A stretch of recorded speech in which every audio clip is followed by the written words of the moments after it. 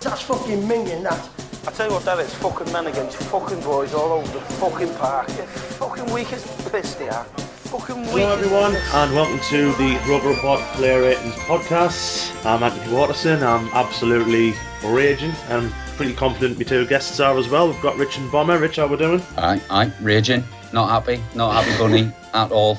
Oh, but go on, but sure, we'll get into it. I think we've drawn the three short straws, Bomber, haven't we? It's just not good enough. No, I'm fine, mate. I've had a lovely day. Sat down, had a beer, watched the football, been thoroughly entertained. I'm just a massive liar. Absolute shit. I was going to say, you've watched a different game to what I have. So, yeah, I mean, we'll crack straight on. I mean, Sunderland have lost to MK Dons, who hadn't won an away game for around about 14 months. Had only won 5 league games in 17. It started off all right. Max Powell putting us in the lead with a deflected goal. 4 minutes later, MK Dons equalised with a nice little set-piece, decent header from Cameron Jerome, who I've just realised is only 3 months younger than me, so I feel old as hell now. Didn't particularly play well at all. And then in the second half, Max Power gives away a cheap, lazy penalty. They score it. We try and get an equaliser. Will Griggs missed from a yard out. Denver Humes had a couple of shots, well saved from the goalkeeper, really. And yeah, they've gone on to win the game 2-1. So, Rich, I'll come to you first. I mean, what's your reaction to that? It's just not good enough, is it? It's absolutely woeful, mate. I mean, it's one of the most lacklustre performances I've seen from us for a long time, and we've had a good few lacklustre performances. They've not always ended in defeat like that. A little bit of credit to MK Dons that they've come and they've done a job on us. They've played reasonably well. Jerome looked good. But to be frank, we should be beating teams in that bad of form at that in the position they are on the table. We should be beating them at home, and it was dreadful. I mean, all over the pitch, even regularly kind of consistent performers had a terrible time of it today, and I'm struggling to think of anything positive to bring out of that game, to be honest. It didn't rain. I think that's the only plus I've got from it. It wasn't raining or something like that. I've got absolutely nothing. I've got nothing written down that's positive. I'm really sorry. I mean, last week we got beat off Mansfield in the Cup, Bomber, and to be fair, Connors came on for a lot of stick online and on Twitter and everything for saying that's the worst result in our history. To be honest, I think it might have been a week in he's been beaten already, hasn't he? Because that's got to go down as in the top 3, hasn't it? And that's just shocking. It's possible. I was on the pod that Connor kind of tried to justify his thinking in that, and I did know where he was coming from. It was the worst result at our lowest point at time that we've ever been in. So I do sympathise with that, but we've just reached another new low. So you can relate the exact same rhetoric that we said less than a week ago in that Mansfield game. It's just crap, and there's no end in sight for it. Like I've said a few times that we'll get found out, people will work us out, and actually these poor performances will come and bite us in the ass. And people say, no, just be happy that we've won. Just be pleased we got 3 points. Why are you so negative? Blah blah blah. This last week, these last 3 games or so, has been the absolute epitome of what I've been saying, and it's all culminated now in 2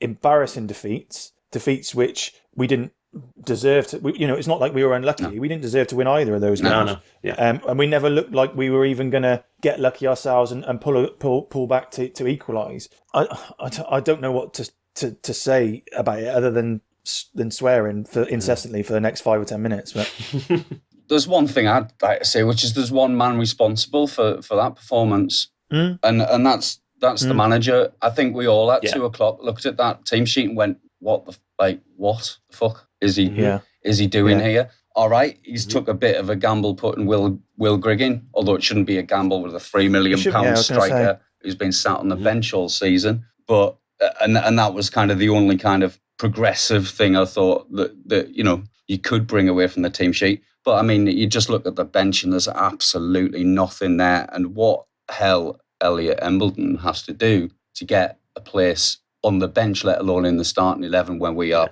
absolutely devoid of anything creative. I've had enough, to be absolutely frank.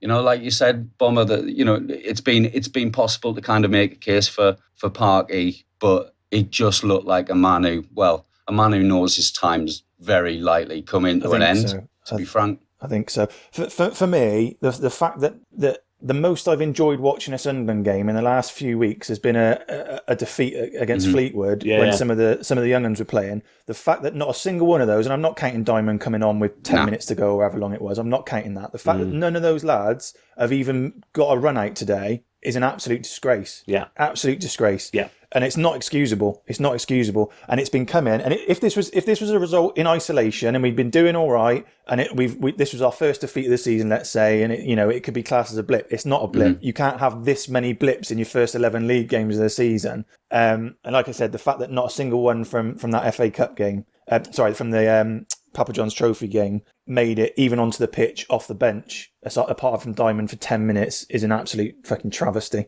Yes. Yeah, I mean, how on earth Elliot Embleton, who is probably our best chance of actually producing attacking football in midfield, can't get on the bench, and the likes of Aidan O'Brien, who has proven time and time again this season that he's awful. George Dobson's proven over nearly 2 years that he's awful. How Elliot Embleton cannot get into this. And it just shows again how we've had this conversation over months now that Phil Parkinson does not trust youth. And it's absolutely it's bore fruit today. I mean, the other one as well, I'll ask is this one, lad. I don't particularly want to go into the game that much, but his team selection there, why on earth have we signed Dion Sanderson to play on the bench and then Luke O'Nien, who's a centre midfielder, playing out of position to play right wing back anywhere, to put him back at centre half when against Portsmouth we knew that wasn't going to work. We knew it didn't work. Get rid of it now. It's an absolute travesty of I think it's off a manager who's literally picking something out in plucking something out the air and just thinking, oh, I hope this works. Yeah, not even the Luke O'Nien thing. And even if you were going to put Luke O'Nien in there, Jordan Willis isn't fit. You could see that from the very first minute he was limping around the pitch. Even if you were going to stick Luke O'Nien in at left centre back, you don't play Jordan Willis. You put Sanderson in there. You've got a perfectly good centre half. You actually, bar that probably the one mistake for the goal we conceded, you could argue earlier on in the week was Sanderson's fault. But he's done all right. So just stick him in, and he's played a 50-60% fit Willis over him, shoehorned Luke O'Nien in there. It just smacks of a Sunday league manager who's just rolled out of bed, pissed up from the night before, and gone, oh, okay, you 11 lads do the first 11 to turn up. Yeah, it's like last game of the season, pull the freaking positions out of the hat, and you just go and play, do what you want. Yeah. It's not good enough. We'll quickly go through a couple of talking points just before we get into players' ratings. A couple of contentious decisions. The penalty, did we think it was a penalty, lads? I thought it was a Stonewaller, but I thought it was in the box, but I didn't. I thought he connected with the ball first.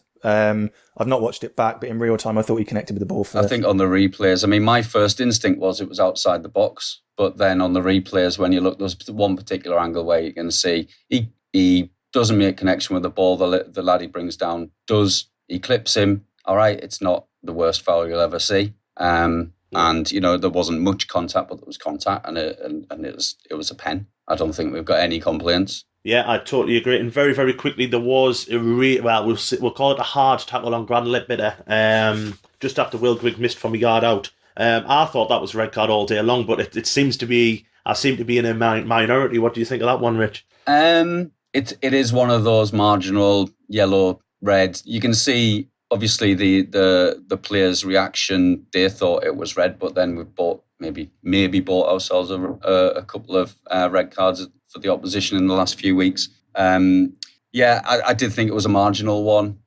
He went in a bit over the ball, so it could have been a red, but it wasn't the worst challenge you'll ever see. It's probably just about got away with the yellow.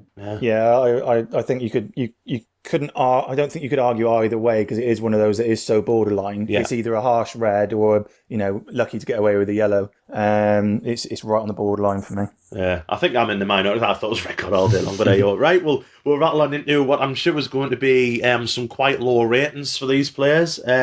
I will start off. I'll do Remy Matthews. To be honest, I thought he was all right. Possibly could have done better with the first goal, but it is a good header, so his positioning's not the best. But in the second half, he does make a very, very good save when they threaten to run away with the game. So I've given him a 6. We'll go to Bomber for an unfit Jordan Willis. Yeah, so, you could see from very, very early on that he was struggling. So, I would probably be tempted to give him a 5 or a 6 just to give him the benefit of the doubt. He shouldn't have been out there. He shouldn't have been put in that position. I can't remember anything he did exceptionally bad. But given that he's part of that back three that's conceded those goals and essentially lost the game, I'll give him a 5. Yeah, I agree. Bailey Wright, Rich, thought, again, by his standards, I think the last couple of games I've seen him play, he's been a bit off the boil, and again today couldn't cope with Jerome. Yeah, I thought he had a solid start, but then I think he lost his man for the goal, outfoxed by Jerome. I thought it was possibly his worst game he's played for us. I thought he looked out of sorts. He didn't look like he had the pace to cope with an ageing Cameron Jerome. I've given him a 4. Yeah, I think both of his bad games for us have been against Bristol Rovers at home, against Hanlon, who's exactly the same ilk as Jerome. You know, big stocky bloke. He struggles with that. He was miles off for their goal as well. Yeah, he was. That header, he was miles off it. Yeah, absolute mile off the pace. Well, I'll go on to Luke O'Nien. Again, asked to play in a position that he's obviously not comfortable with. Did it relatively well. I thought he, to be honest, out of the 3 defenders, centre half, thought he defended the best. To be honest, I thought he was all right, but I can't give him any more than a 5. I just think him playing there just takes out his attacking prowess for us. It just stops the chance for us to. We just need his energy further forward. Yeah, exactly. I mean, he could have done what Maguire came on and did. He could have done that very easily if they just switched it over, but that's not his fault. That's the manager's fault, I suppose. Right, we'll go for Lyndon Gooch, Bomber. Absent first half, second half he got into some half decent positions. Final ball was lacking a little bit, but it did look like that if we ever were going to score, it was going to be something from either him or Hume. But again, poor. He's kind of gone backwards for me in the last since the start of the season, and certainly since the start of last season. Again, I can't give him anything more than a 5. I'd possibly argue for a 4 as well. Spot on. And we have Denver Hume, who had probably the most shots out of any Sunderland player, which probably isn't saying much, but unlucky not to score, which I thought today. Well, yeah, he was unlucky. I mean, it was a great save by their keeper towards the end of the game. I'd definitely give him that. I did think he should have done a lot better. Chance that he had on about 70 minutes. Overall, I thought he was pretty much kept at bay by the lad Sinola, who was playing at right back for Milton Keynes. I thought he had him in his pocket. Again, one of the most lacklustre performances from Denver Hume. He just struggled to get into the game. I don't think it was particularly anything that much to do with him, but I struggle to give anyone more than a 4 in this game, so a 4. You've gone a 4, right? Oh no, I've got Max Power. Oh no. Right, Max Power scored a goal, conceded a penalty, and generally played shit. 4. Kind of go in. I'm not going in. If I go in, I won't come back out. If he hadn't That's got a nice that summation. deflected goal, a 4 would be generous. I just can't see how he gets a game for us anymore. I just cannot. He doesn't do anything. No. You know what I mean? I thought you weren't going to go there, Ant. I know, I'm not. I'm sorry. We're on a time limit, so I'm not going to. No, I've given him a 4 anyway. Needs to pick himself up, I think. Right, Bomber Grant Ledbetter. It's a funny one with Grant Ledbetter. He was slow. He was wasteful on the ball. He gave away a lot of stupid little niggly free kicks, which, depending on how you look at it, could either be smart play or bad defending. My opinion is it's bad defending. Didn't really do anything second half either. Was pretty, apart from get fouled and possibly hurt himself. It's a 5, possibly a 4. In fact, I'll split the difference and go 4.5 if we're allowing half. Oh, we've got point there. We'll have a decimal. Yeah. No bother. And Josh Scowen, Rich, I struggled to realise Josh Scowen's on the pitch half the time. I mean, I've got... Doesn't do enough. My notes say nothing of note in the first half, apart from a shot over the bar on 41 minutes. That was an appalling piece of technique for having a shot from outside the box. And then second half, done now, ran about. So I've gone with 3. Yeah. I thought he was probably the best of the 3 centre midfielders. I know that bar is very, very low. But I did think he was probably the best, and it's probably just for that work rate. He was the only person with any sort of energy in there. Yeah. The only note I've got written down about Josh Scowen is our former host Alex. Alex has wrote down looks like Steve Malbranck. That's the only thing I've got written down about Josh Scowen. Right, Will Grigg. Oh, why am I getting all the bloody bad ones? Right, Will Grigg, I've given a 2, basically because I have blind people who would have scored that goal. I've got friends who were, blind, who would have put that in the back of the net. You know what I mean? And he just needs to leave. He just needs to leave Sunderland. It's not happening for him. He's not gonna set the world alight. We're not playing the football that suits him down to the ground. He just needs to go, and that's just all I've got to say about Will Grigg. Don't forget about that one in the first half as well. He missed. He tried to flick it with the outside of his boot. He should have done better with that. Yes, he should have done. Yeah. That was a great ball as well by Bailey Wright. The one thing on Grigg, I will say, I thought the first 10 minutes he looked really quite bright, and he almost set up Gooch by just his tenacity. You know, he played a nice little ball in from the byline for Gooch. He didn't quite get his foot to it, but after that, I mean that one in the first half where he really, you know, a good striker puts that ball in the back of the net. At least get a connection on it. Do you know what I mean? Awful. Yeah. I mean, if I'm being harsh with a 2, I am sorry, but I can't give him any more than a 2. Just for that miss, you've got to put them away. You've got to put them away. Any striker worth his salt puts that away, and it just didn't. You weren't surprised about it. That's the worst thing, were you? You know what I mean? You just weren't surprised he missed. And he just looked like he wasn't asked as well. When he got hooked off, he was just like, meh. Yeah. If that had been Charlie White missing that, there'd have been absolute hell on Twitter. If that had been Charlie White, there'd have been absolute hell on. And speaking of Charlie White, Bomber, you can have him. Quiet, wasn't he? Yeah, you could, for once, I'll defend him and say he didn't get any sort of service, not even kind of long balls aimlessly pumped to his head. But I still expect more.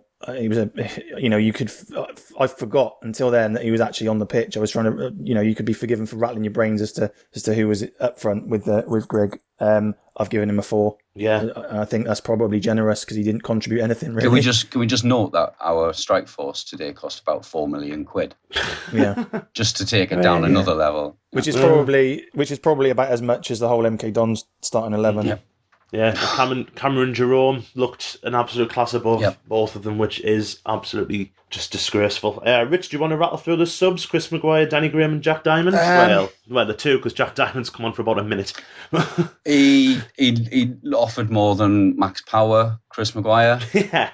But I didn't say that much. He did put a couple of decent balls in and linked up reasonably well with Hume on occasions, but generally did now. And I mean, he wasn't really up that long. Again, the substitution's too late. I give him a 4 because he was neat on the ball, I guess, but that's about it. And Danny Graham, my note says, did now 3. But again, I think it's a bit harsh on the lad because he wasn't on for that long. Jack Diamond, I didn't give him a mark. But NA. But again, I mean, it just comes back to Phil Parkinson, really, in terms of the use of subs and the selection of subs. I know it's something that we've been whinging about on this pod for weeks now, but it doesn't compute. It just literally makes no sense. I don't understand. Do you want to rate Phil Parkinson? Funny you should say that, lads, because we have rate the manager. But just before we do that, I'd like to, because I said before to Rich while we were off air, I have a stat for you,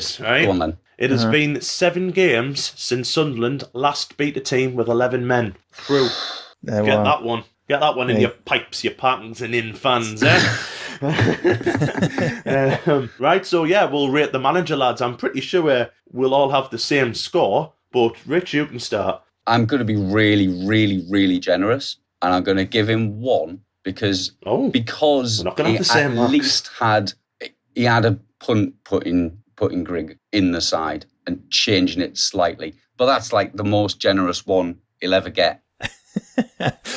For me, so I'm not going to give him a score. I'm going to give him a 3-word review, and the only 3-word review I've got is underlying performance data. Yes. All right. We're 11 games in, and we got 19 points. Jack Ross got sacked after 11 games on 19 points and a worse cup run.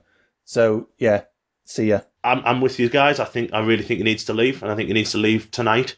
And if we'll not mention the T word, because I'm sure Gav and Connor and Sam tomorrow will want to mention it, but if this is going to happen, then it needs to happen with a new manager, because we are going absolutely nowhere under this dinosaur. And I think that's probably an apt way to end it, lads. If you want to be more depressed, get into our podcast that we're going to be doing tomorrow, which we will be, which, to be fair, we're talking about this game, but we'll also might be cheering you up a little bit and talking about a potential T word. So tune into that one. You can catch us on all of your platforms, on the Acast, on the Spotify, on the iTunes. We're going to go and watch Strictly, I think, aren't we, lads? Drink and watch Strictly. That'll do for us. Yeah, so thanks very much, Rich. Cheers. See ya. Yeah, cheers, Bomber. Thank you, as always. Nice one, Ant. Thank you, mate. We shall see you soon. Thank you very much, and have a great evening.